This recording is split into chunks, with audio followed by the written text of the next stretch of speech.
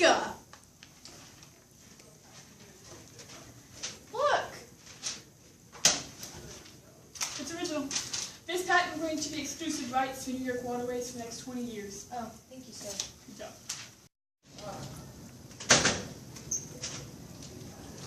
Ding-a-ling-ding-a-ling-ling-ling. Hello, Ogden, I've got big news. What is it? Figured out the steamboat. New York's giving me the rights in the waters. You want in? Of course. You've got the rights to the Elizabethtown to the New York waters. Sounds like a plan.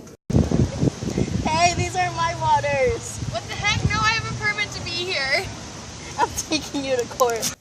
The issue on the table, the case of Gibbons versus Ogden. I call this case to order. New York granted my client the exclusive right to these waterways, and he found the man Gibbons on his waters. Gibbons does not have the right to be on his waters and should no longer be allowed to operate on them. Gibbons, does your lawyer have a statement? The United States Congress granted my client the right to operate on these waters. We are refusing to leave.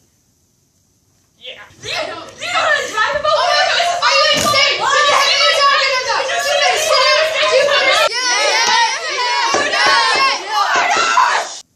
I have my decision. The state of New York has granted patent to Mr. Fulton, who is allowing Ogden to operate on his waters, and this state is going to uphold his patent. Mr. Gibbons, I am sorry, but you are going to stop sailing in these waters. I am John Marshall. I will be overseeing this court case. I hear y'all are still having troubles with the issues in the waterways. The United States Congress has granted Gibbons the right to operate on the waters and the New York waters, but the state of New York has already given Ogden exclusive rights to these waters. The issue on the table today: who has the ultimate right to regulate interstate commerce, Congress or individual states? Make your opening statement, Mr. Gibbons. I was granted the right to sail on these waters in the Federal Coasting Act of 1793. I have the right to operate my ferries on these waters. But the New York court determined they could overrule my permit. But I'm appealing to you, Judge Marshall, in hopes that you would see this case as it is. I have the right to these waters, and New York State does not have the right to overrule my permit. Mr. Ogden, your opening statement, please.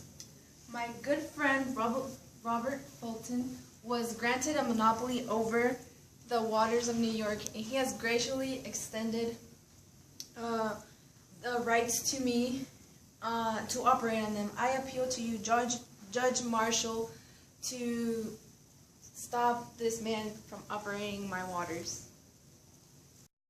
Thank you, both of you. I would now like to hear from your lawyers. Mr. Oakley, the floor is yours. Congress, power to control commerce only applies to the sales of goods and commodities. What we are talking about here is who has the right to navigate the waters. The states are the ones who have the right to control who can navigate their water. Judge, I oppose. According to Article 1, Section 8 of the Constitution, Congress has the exclusive right to control the interstate commerce. I believe this refers to navigation as well as seen as this inconsistent doctrine. It is causing problems. Either states control all commerce, trade, and navigation, or the federal government controls all of it. This is preposterous. My client was granted the right to the waters because of the rightly earned monopoly. According to New York's laws, Mr. Ogden has the right to sail on these waters, and Mr. Gibbons does not. Navigation has nothing to do with trade or commerce, so this falls under the New York's jurisdiction. I see your point, Mr. Oakley, but trade would be impossible without navigation. It is illogical to have the state control half of the commerce process and the federal government to control the other half. We need consistency. I don't even know what you're talking about. No, it's not. Hey, Judge, I oppose. What am I doing here? Order! I have heard all I needed to hear. I will be back with my decision shortly. After reviewing the case, I have come to my conclusion. The United States started out as individual states allied by a common league. But since they have combined and formed a central government which fairly represents all of the people, this change has also called for a change in the way our states' governments run. So we must revise who has the rights to make laws. These changes have caused the power to make laws to fall to the federal government. According to the Constitution, Congress is the one who has the power to regulate interstate commerce. And there has now come a time as we need to define what the word commerce entails. Commerce includes all sorts of intercourse. This includes navigation.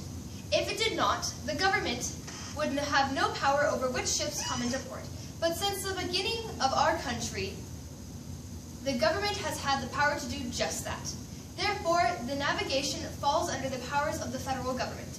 I hereby overrule the New York court. Mr. Gibbons, you may continue to operate your ferries in the New York waterways, and Mr. Ogden, your rights to the waterways because of the monopoly have hereby been revoked.